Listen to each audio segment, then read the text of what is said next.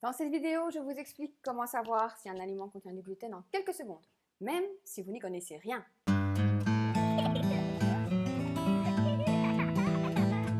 Salut, c'est Caroline du blog Grandir sans gluten.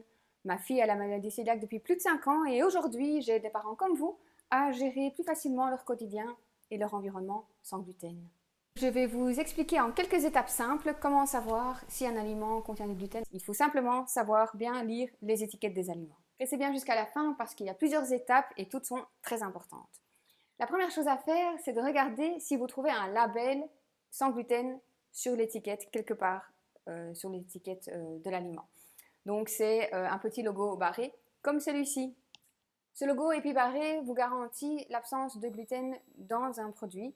La plupart du temps, ces logos sont en fait approuvés par les associations de maladies cœliaques des pays dans lesquels ces produits sont produits. Et donc, ils sont bien vérifiés et certifiés sans gluten. Alors, s'il n'y a pas ce logo, est-ce que ça veut dire que l'aliment contient forcément du gluten? Non, pas du tout. Et c'est là qu'arrive la deuxième étape. La deuxième étape, c'est de vérifier sur la liste des ingrédients s'il y a des céréales qui contiennent du gluten qui s'y retrouvent.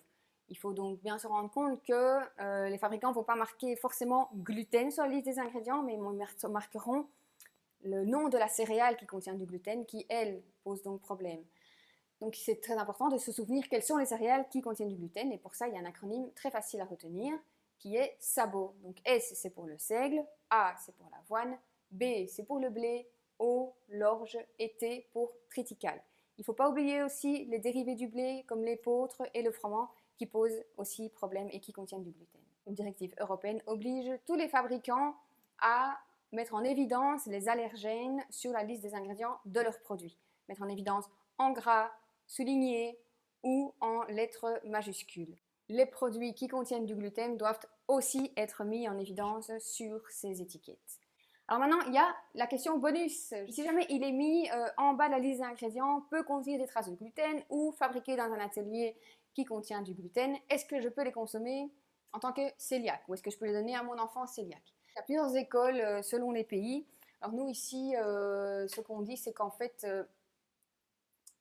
les fabricants mettent ça sur leurs étiquettes simplement pour se prémunir de problèmes éventuels avec un consommateur. Donc ces fabricants produisent aussi d'autres produits qui contiennent du gluten dans la même usine, mais en principe ils lavent tout et c'est pas sur les mêmes chaînes de montage. Donc franchement, le risque est très très faible. Moi personnellement, je le donne à ma fille ces produits-là. Évidemment, si j'ai le choix, si j'ai un même produit où il y a des traces éventuelles et un produit où il n'y en a pas, je vais évidemment choisir celui où il n'y en a pas. Mais si vraiment j'ai besoin d'un produit et qu'il y a des traces, alors je le prends. Et honnêtement, ma fille a une prise de sang nickel chaque année, il n'y a aucun souci. Vous voulez des informations plus détaillées? N'hésitez pas à lire mon article de blog à ce sujet. L'adresse est juste en dessous. À bientôt!